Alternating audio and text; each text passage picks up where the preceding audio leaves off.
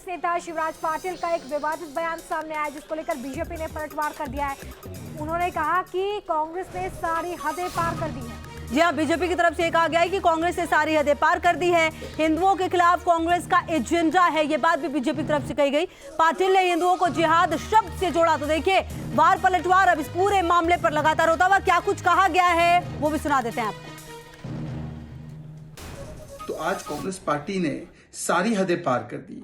आज शिवराज पाटिल, कांग्रेस के वरिष्ठ नेता, पूर्व गृह मंत्री ने, जिन्होंने हिंदू टेरर के शब्द को भी इजाद किया था, सैफरन टेरर भी कहा था, उन्होंने श्री कृष्ण के पावन संदेश गीता जी की तुलना जिहाद से की है। उन्होंने कहा श्री कृष्ण ने अर्जुन को जिहाद सिखाया है।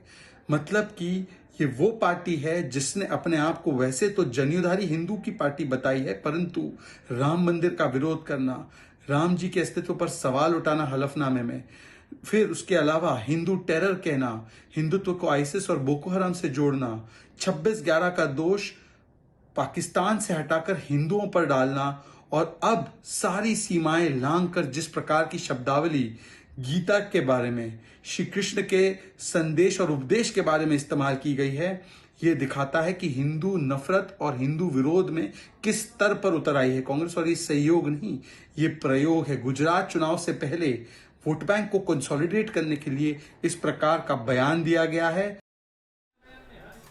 और देखिए, क्यों बवाल मचा हुआ है ये भी समझना बेहद जरूरी। जिस जिहाद के नाम से दुनिया त्रस्त है, उससे कांग्रेस नेता शिवराज पाटिल महामंडित करने में जुटे हुए हैं। शिवराज पाटिल ने जिहाद को लेकर ऐसा विवादित बयान दिया है कि वो गले ही नहीं उठा। जी हाँ, उन्होंने जिहाद की तुलना गीता के उपदेशों से करके एक नया बखेड़ा खड़ा कर दिया है, जिसके बाद बीजेपी हमलावर नजर आ रही है। देखिए एक रिपोर्ट। जो गीता का जो भाग है उसके अंदर भी श्री कृष्ण की अर्जुन को भी जिहाद की बात ही कहते हैं। सुना आपने शिवराज पाटिल क्या कह रहे हैं? अगर ठीक से नहीं सुना तो एक बार फिर सुन लीजिए। वो कह रहे हैं कि जिहाद का जिक्र कुरान में ही नहीं बल्कि गीता में भी है। कांग्रेस नेता यह भी कह रहे हैं कि गीता में श्री कृष्ण ने जो उपदेश अर्जुन को दिया था वो दरअसल जिहाद का ही पाठ था।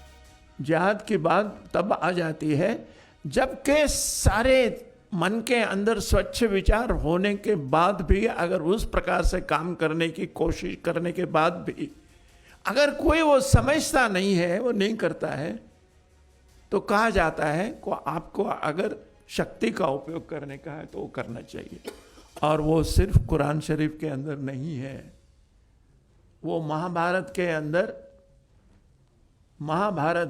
अंदर जो गीता का जो भाग है उसके अंदर भी श्री कृष्ण की अर्जुन को भी जिहाद की बात ही कहते हैं। शिवराज पाटिल ने जिहाद को गीता के उपदेश से जोड़ा तो सियासी तूफान आना लाजमी था। बीजेपी ने आरोप लगाया कि कांग्रेस का हिंदुओं को लेकर नफरत संयोग नहीं बल्कि वोट बैंक का एक प्रयोग है। हिंदू नफरत और हिंदू विरोध की सारी सीमाएं लांघने का काम आज कांग्रेस पार्टी ने फिर से किया है। जिस प्रकार का बयान सोनिया गांधी के एकदम खास व्यक्ति शिवराज पाटिल ने दिया है, जिन्होंने तुलना की है श्री कृष्ण के द्वारा अर्जुन को दिए गए पावन संदेश, पावन उपदेश गीता जी की जिहाद के साथ। उन्होंने कहा कि श्री कृष्ण ने अर्जुन को जिहाद सिखाया है। और ये कोई पहली बार उन्होंने ऐसा बयान नहीं दिया है, ये कोई संयोग नहीं है, ये वोट बैंक का प्रयोग और वोट बैंक का सबसे घिनौना उद्योग है कांग्रेस पार्टी के द्वारा। ये वही शिवराज पाटिल हैं जो कांग्रेस की पूर्व की सरकारों में कई बार मंत्री रह चुके हैं। 26/11 के मुंबई आतंकी हमले के समय वो देश के गृह मंत्री थे। तब उनके बदलते ड्रेस और किरकिरी की वजह से मंत्री पद से हाथ धोना पड़ा था। लेकिन लंबे समय तक राजनीतिक वनवास झेलने वाले शिवराज पाटिल ने इस बार गीता और जिहाद की तुलना कर सेल्फ गोल कर अपनी ही पार्टी को असहज कर दिया है। Team news nation.